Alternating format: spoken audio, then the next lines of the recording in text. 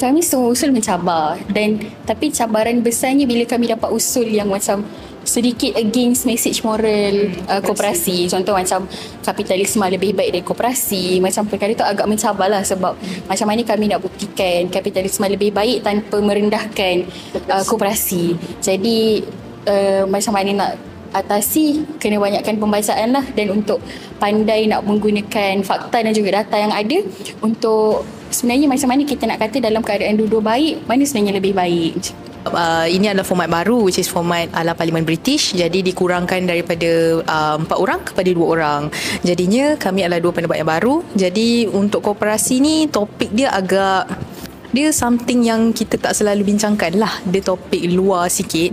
Tapi sebenarnya koperasi ni dia satu topik yang sangat relatable je dengan masyarakat. Cumanya dia tak selalu diambil peduli.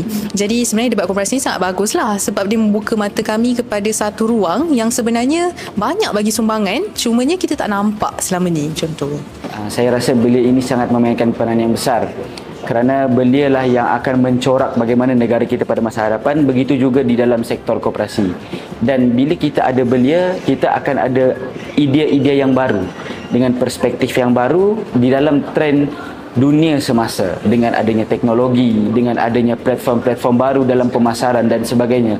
Kaedah bentuk perniagaan yang dihasilkan, walaupun dengan hanya menggunakan TikTok contohnya, kita boleh menghasilkan ribuan malahan jutaan keuntungan. Maka tren-tren dan ciri-ciri sebeginilah yang perlu diterapkan di dalam koperasi untuk menjadikan koperasi ini beradaptasi dengan tren dunia semasa.